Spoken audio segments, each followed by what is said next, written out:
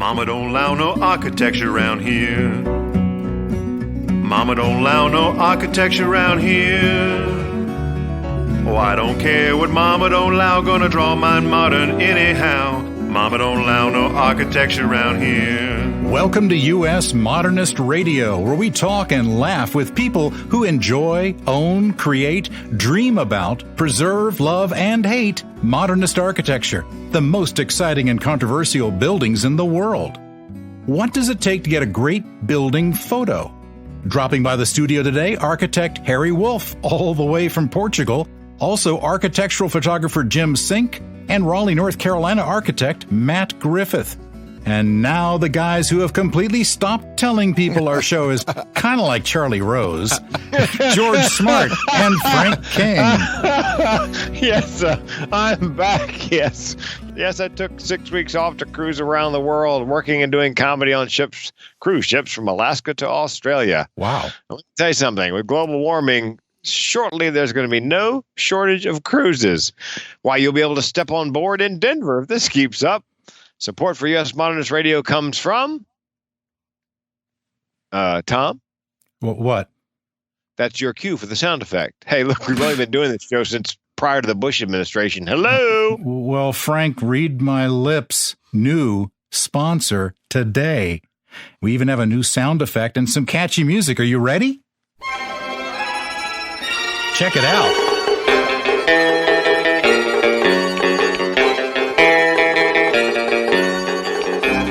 That takes me back to the 70s.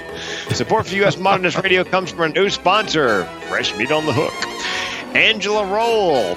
In a timeless adventure that we are largely making up, Angela supported her family from the young age of 12 through black market carpentry and off-the-books house flipping. At 18, following an injury involving goat cheese, Jägermeister, Home Depot, and Charles Guathame, Angela was recruited by her uncle Marv, a design school operative working in Raleigh, North Carolina. Angela spent years imprisoned in nutrient and sleep-deprived architecture studios, tortured with balsa wood and styrofoam, rarely seeing the light of day. She was dramatically rescued and taken to Sweden by the international man of mystery, Eric of Gothenburg, whom she later married, as you would.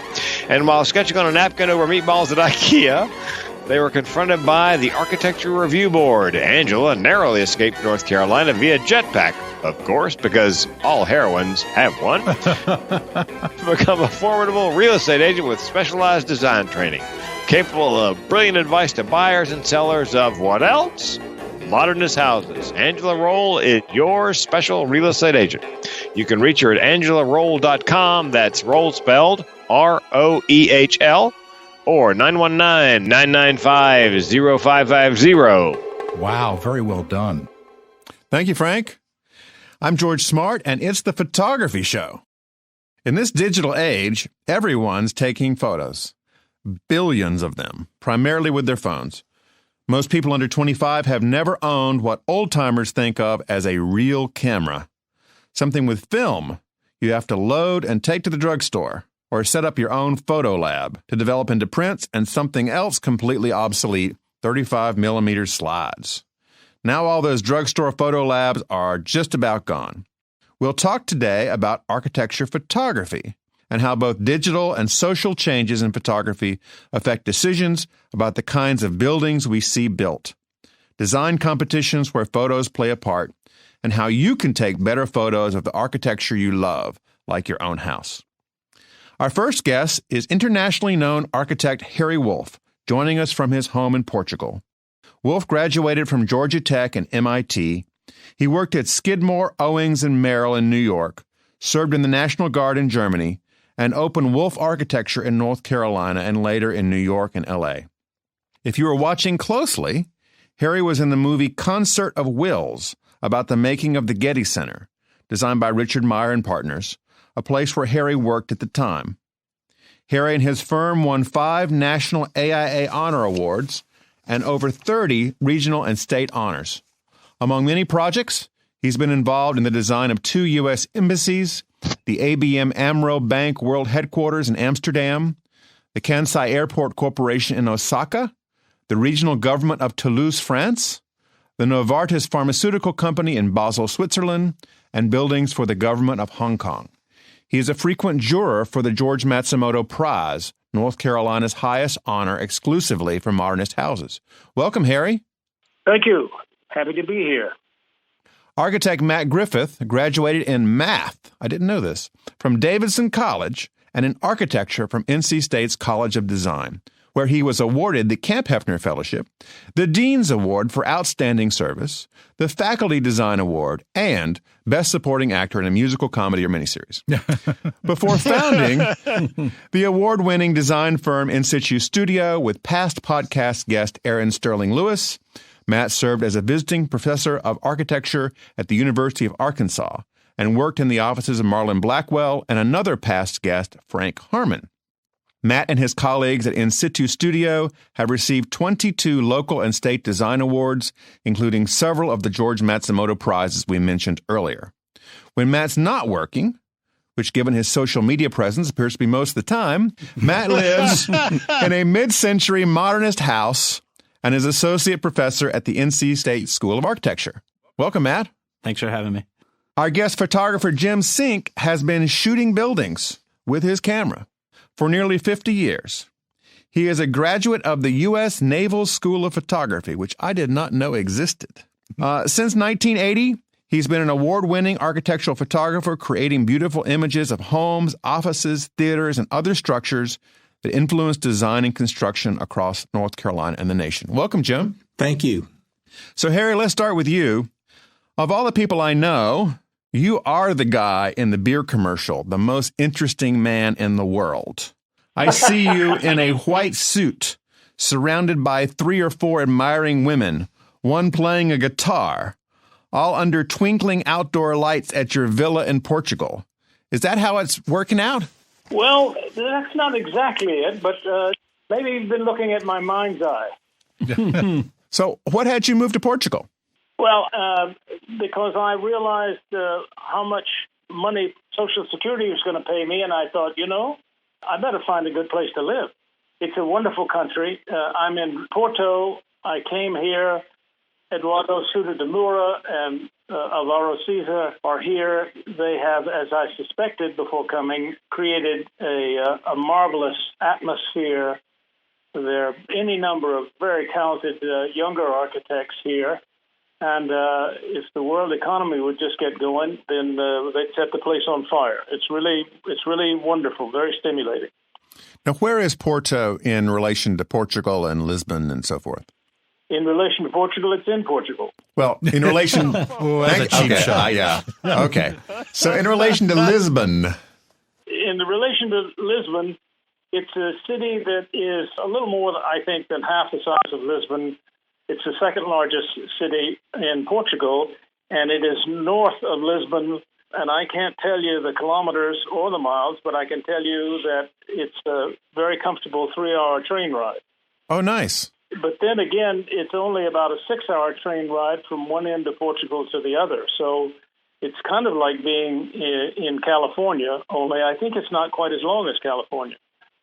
And it's really... It's terrific. It's really terrific. Now, I'm saying that today because as I look outside, even though it's, 7 o'clock at night here, the sky is blue, which it hasn't been for, I think, about 800 days. I'd like to say it's a symphony of gray, but it's just gray. So back in the 70s, there was a now obscure TV show called Welcome Back, Kotter, an obscure pop culture reference to some of you, where a teacher went back to his former school to teach. Our guest, Matt Griffith, is doing that now. He is teaching architecture at the university he once attended. So, Matt, what's changed over the last 25 years or so about architecture education and the students that are showing up? Yeah, that's a great question. I was in one of the last classes at NC State where we did almost nothing on the computer. Wow. I finished. Are you like 75 years old? I'm actually the oldest person on the show today. I finished in 2002, and we had a couple of classes that had a little bit of, kind of intro digital work, but no one was required to use the computer. And I did all of my drawings by hand. with a Black Warrior 2.5 on Arches paper. So pretty old school. By candlelight and fireplace. Yes, exactly.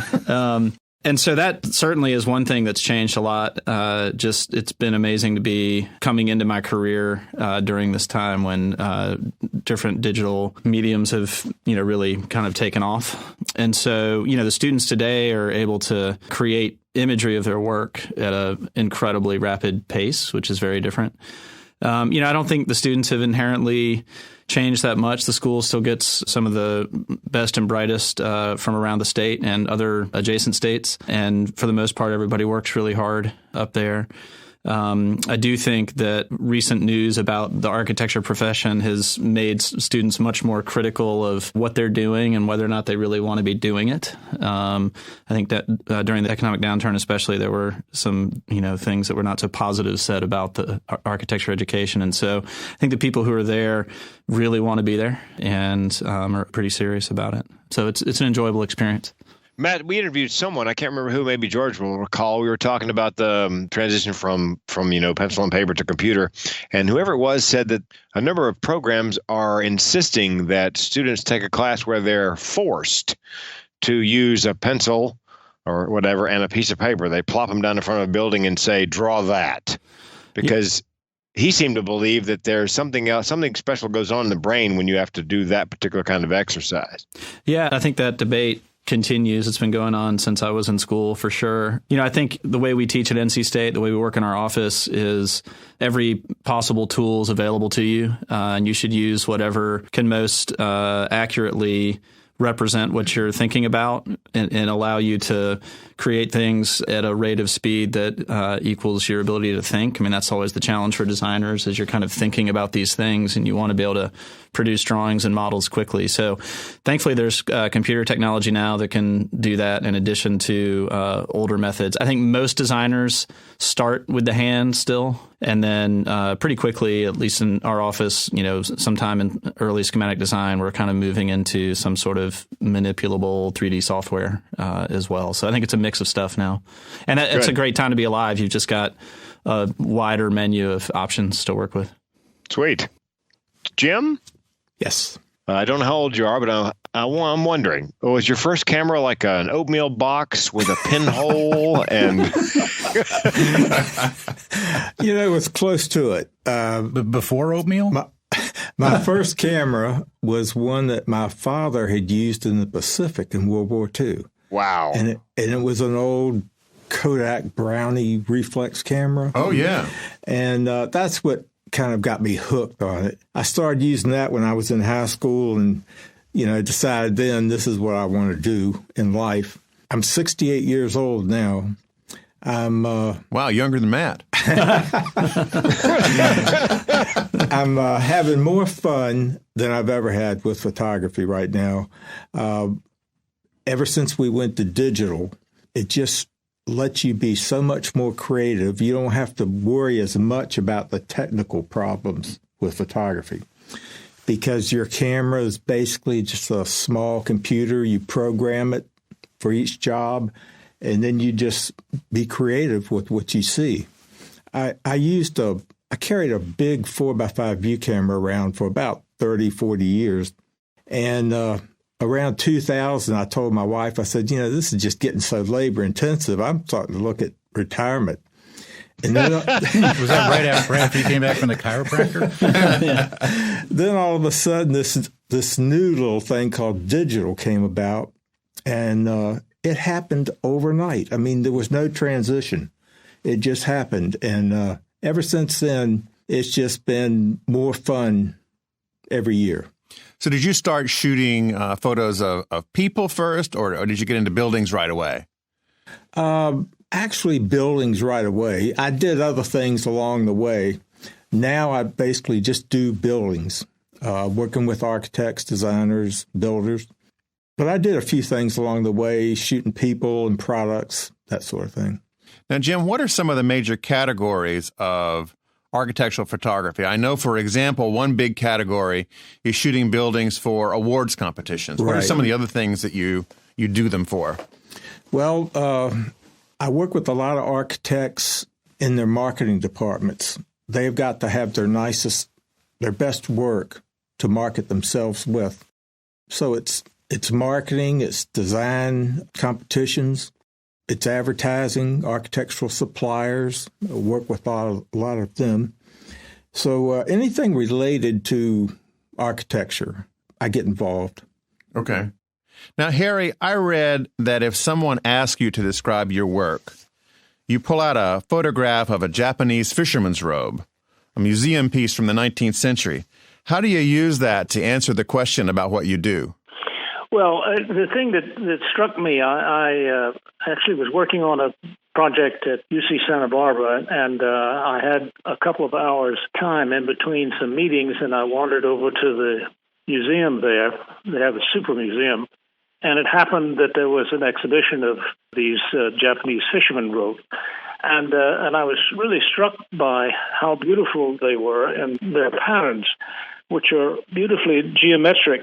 But the whole nature of the robe is very interesting in that it is made of multiple layers of inexpensive cotton, not terribly tightly woven, but those layers are then stitched together with a very coarse kind of thread in a pattern, in a series of squares and diamonds and so on. And where the wear or the stress is greatest, then the pattern doubles and triples and quadruples and so on. And so at the elbows, around the shoulders, around the lapel and so on, you get this geometric shift, which I found very beautiful. The cloth itself is first dyed indigo, which is, of course, the color of the Japanese Ocean. So it's perfect for them, and the thread is white. So you get this kind of symphony of geometry, and I looked at that, and I said, the thing that makes it so compelling to me is that no one making these robes, which were a very common garment, set out to make something beautiful. What their objective was to make something beautifully crafted. And I think that if you have that as a goal, then you have a much greater likelihood of achieving a beautiful building. If you consciously say, I'm going to make something beautiful, I don't know how you do that. But if you say, I'm going to make this thing purposeful, and I'm going to make it beautifully, I'm going to craft it well, I'm going to synthesize all of the elements and all the materials and all the systems, and if you're very lucky, it turns out to be quite beautiful. Now, what are some of your buildings that you're proudest of for turning out beautifully? Well, I think, the old saw to the answer is which of is your favorite building is the next one. So I would say that's the case for me also. In fact, I'm doing a project here in Portugal, which I'm very happy to have been invited by a young Portuguese architect. I knew he was very intelligent when we met, but I didn't know he was brilliant until he invited me to join him on a project. Well, of course. I mean, only the most intelligent people would hire you, Harry. That's right. Well, at least he had the intelligence to do it, in my view. Jim, tell me something. What can an owner or architect do, short of death trap decor, the cladding, to make a building more photogenic? Well, lighting plays so much importance when photographing. Light and shadow, that's what I believe makes a building come alive. I see people that have gone out and they shoot a building at the wrong time of the day, or they shoot it on an overcast day, and the building's just sitting there and it just doesn't come off well. But you go and you do it at the correct time of the day with the correct lighting on it, it just becomes alive. And then in your post-processing, you can enhance it. Well, what's the correct time of day to shoot a building? Well, it depends on the orientation of the building. What time does it get light on the face of it? That's why I say to get as much information as you can beforehand always helps out greatly. Now, Matt, you have been winning a lot of awards down here lately, and you have to have photographers shoot your buildings. What do you look for in picking the angles with the photographers and kind of setting all that up so that your submissions will look great? Yeah, we've worked with two really talented photographers over the years, Richard Lea Johnson, who's from Savannah, and Keith Isaacs, who's from Raleigh. And, our process honestly starts with our experience during construction. One of the most amazing things being an architect is not even you as the architect are fully prepared for the surprises and nuances of the actual building you've created until you see it underway. And so, while we're doing site visits, which we do on nearly a weekly basis during the construction of our projects, we take some time at the end of the meeting to walk around and kind of study the spaces and study the different kind of vantage points from which you might view this building in the world. And during that time, usually using our phones and Instagram and other aspects of social media we use to promote our work and the process we undertake, you start to build an understanding of the place. And then the next step, very much like what Jim said, is both photographers we've worked with want to know a lot about orientation, tree cover, depending on time of year, where sun angles are coming from, what we think the primary view of the project is. And that gives you kind of a beginning understanding. And then we also make a kind of scouting trip. I don't know how we compare to other architects, but we always go on those scouting trips. We also always have at least one person from the office there during the shoot to help move stuff around or deal with lights or just kind of offer input on things. And so, by the time we get to actually having the photo shoot, we've developed a pretty firm opinion about, what the kind of key things to catch are, whether it's some play of light or an idea about transparency or a kind of an important composition of a particular wall. Those are things that we have in mind. I'd be remiss not to mention, though, that both the photographers we've worked with also obviously see things that we've never seen. And I'd say a quarter to a third of the photos at least end up being kind of wonderful surprises for us, things that we hadn't imagined before. And so it's a real collaboration by the time it's over with. Now, do you like having people in your shots, or do you like having a basket full of young puppies, or what do you do to, enhance this experience, if anything? We tried the smell of chocolate chip cookies for a while, but it didn't work. I think it's really important to have people in the projects. Anything you can have that kind of gives an image scale and life and texture beyond the architecture is really, really helpful.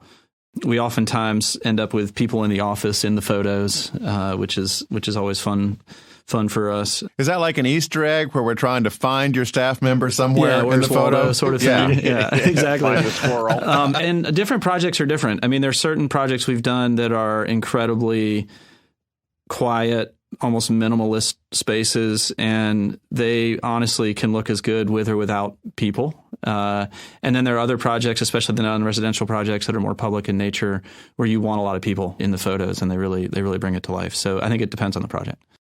Harry, I'm guessing you've been involved in dozens, if not hundreds, of architecture award competitions, both as a participant and a juror. Of those two roles, participant and or juror, which do you like best, and which competition is your favorite? Well, I don't make me choose between the two roles, because I think both roles are really interesting, and they're not. It's hard to say one is better than the other. But I think that as a juror, what I look for is images that communicate the essence of a building, and so I'm less inclined to be bowled over by a beautiful sunset adjacent to the building than I am the quality of light that is illuminating the building and letting me understand the surfaces, the textures, the volumes, and so on. I think that's really important. I think it's also terribly important for all architects to have photographs of their buildings on completion, because life being as it is, your building is likely never going to be more what you intended than when you first completed.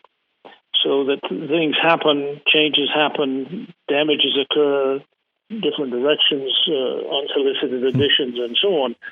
So maintaining a record of what it was you intended, I think, is terribly important. That means you have to have really good photographs to do that.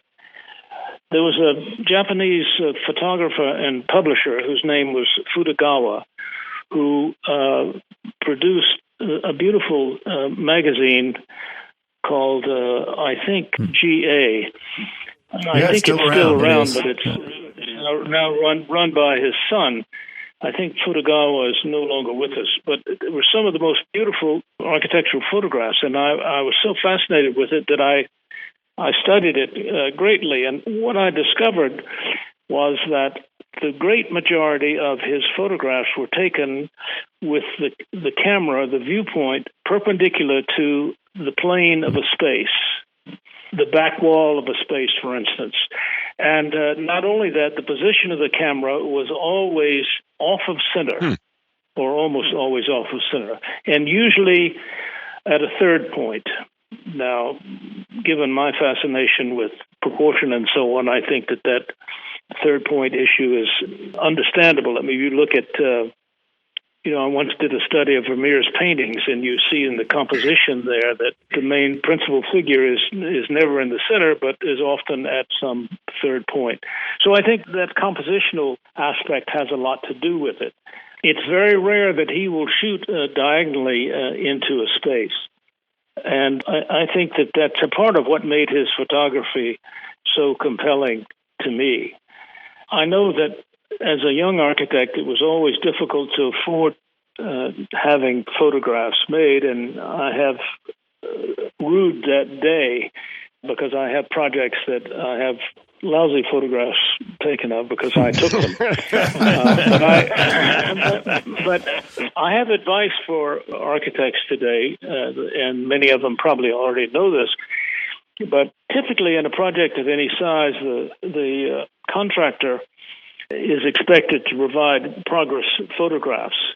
And if you write into your documents that he not only do that, but create a schedule by which he accomplishes that and give him a list of photographers that he can pick from, then you and the owner and posterity will all benefit from having recorded really great images of the process. And Jim, I want to ask you as our resident expert here. So let's say that you don't have an architectural photographer available. It's just you, Joe and Jane, average citizen with their iPhone or iPad. How can the average person better set up a shot, say, of their living room? Well, details are so important when composing. You can do so much in the process after you take the photograph. You can correct your perspective. You can go in and add details or remove details. That would be the best approach. One thing I'm beginning to see, I'm beginning to wonder about, especially in the age of digital photography, is how far do we take it in design award competition? You can get a fairly good photograph, and then in your post-processing, you can go in and they're going in and adding grass, removing trees, removing signs, putting a different sky in. And when I have actually seen photographs that when you look at them closely, you begin to wonder, is this really a photograph or a rendering? And I think that's going to have to be dealt with in design competitions down the road. Yeah, they're already dealing with it on Match.com, I think. Yeah. You don't look anything like that photograph. Yeah, I mean, you have to decide how far you're going to take it. Okay, guys, this question is for anyone. Over the last 15 years or so, it seems most of the winning architectural photos I've seen have the same intense blue sky background, which I believe was just mentioned. Is that a trade secret? Do you go to a stock photo company and type in impossibly blue sky? Can anybody do this with their photographs? Anybody can do it, and there's places on the internet, sites that you can go to and get stock photographs. Some of them are free, some of them you have to pay for, or you can just build up a library yourself, shooting sunsets or nice looking skies and just dropping them in on a photograph. I've just seen this as a trend, that there's so many of these houses, for instance, that have this same sort of dusky blue sky in the background. Yeah. That seems just kind of emerged as a trend. What do you see in that, Matt? Well, we've actually become pretty sensitive to it because one of the earlier questions was, what can you do to make a bad building look good? And I've always thought taking a picture of it at dusk with a deep blue sky is a way to make almost any building look good, or at least look a lot better than it looks in real life. And so we've actually become pretty sensitive to that. I do think that the dusk shots are wonderful because you have it's this moment where you can still see the exterior contours of the form of the building, but you also are able to see inside when you're first able to see the lights. And so it's one of the few times of day where you can see both of those things. And I know a lot of what architects think about are these kind of indoor-outdoor relationships. And so it is a rare moment. It lasts about 20 minutes at the end of the day where you're running around trying to get all these photos where you can see that. But, I do think every now and then you'll see, I do lots of juries too, you'll see award submissions where almost every photograph is at dusk. And it really makes you question what the project's about. So in our award submissions, we rely heavily on having good photographs. I mean, to me, if you've done a good building and you take about 10 good pictures of it and you have some plans and sections that make sense and you're a decent writer, that's all you need to describe the project. And the more of those photos that can be taken during the day at a kind of normal time of operation with some people in the photo with kind of a, hey, look at this great house I just happened upon in the woods sort of feel to them, the better off you are. If you approached it that way, it would expose the differences between great work and sometimes mediocre work.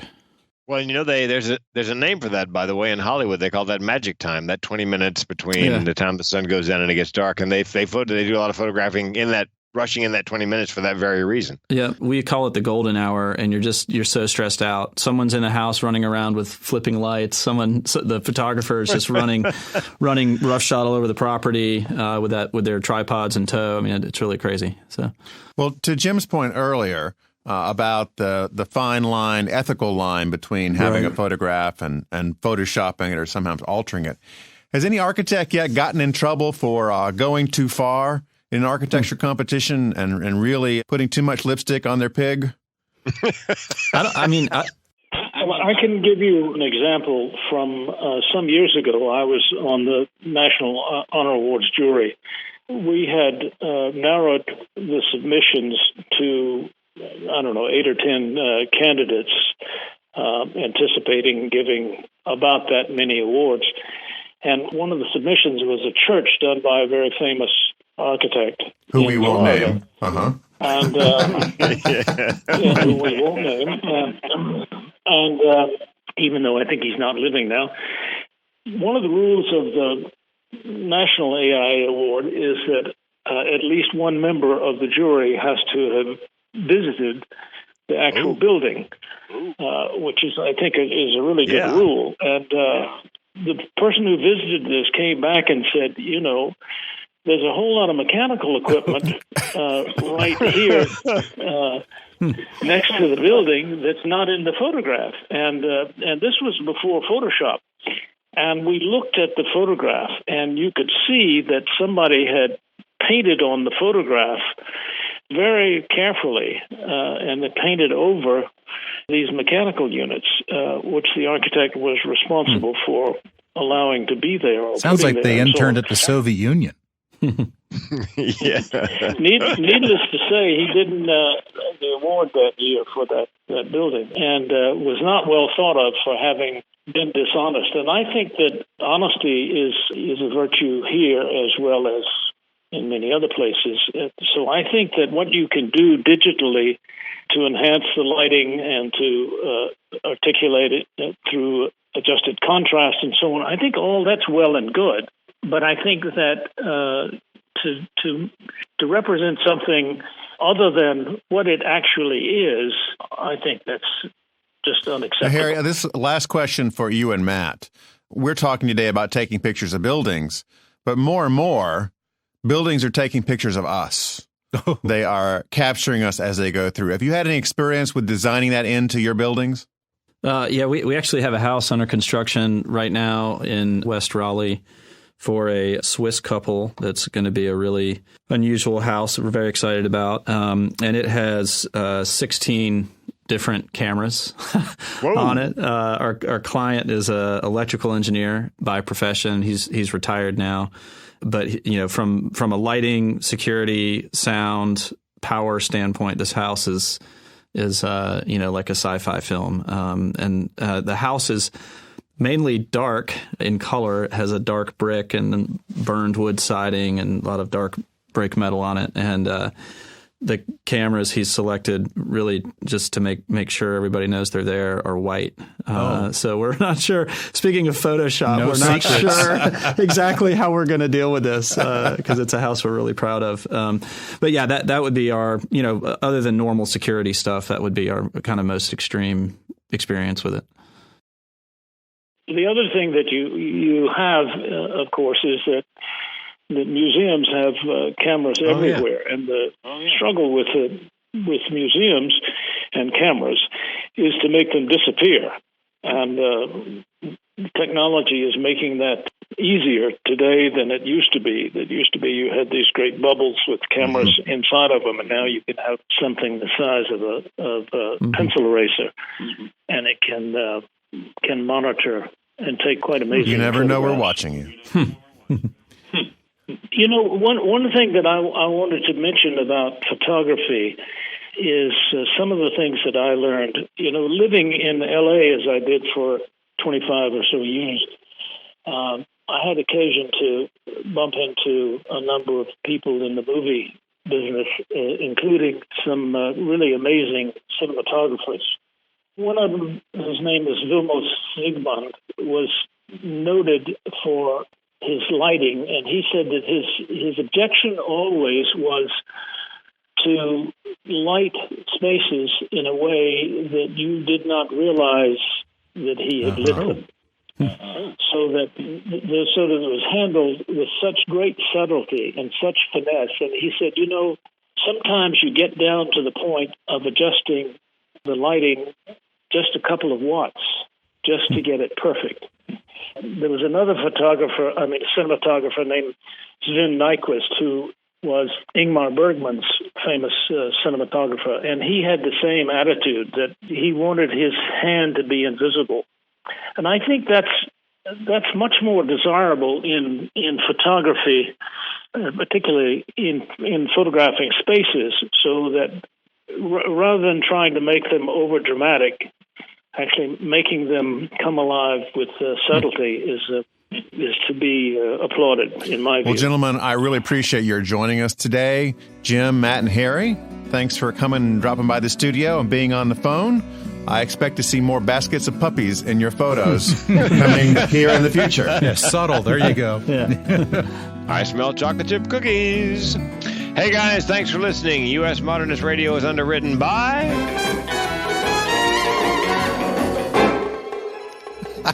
Sorry, we're twisting back here.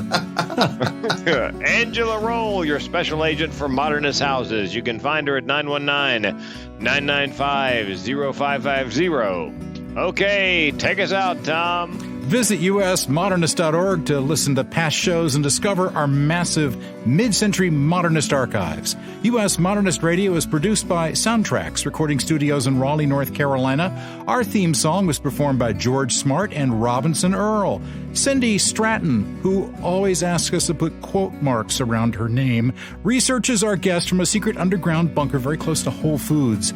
US Modernist Radio is a production of Triangle Modernist Archive, a nonprofit educational organization for the documentation, preservation, and promotion of modernist residential design. I'm Tom Guild, still the most dangerous engineer in architecture podcasts.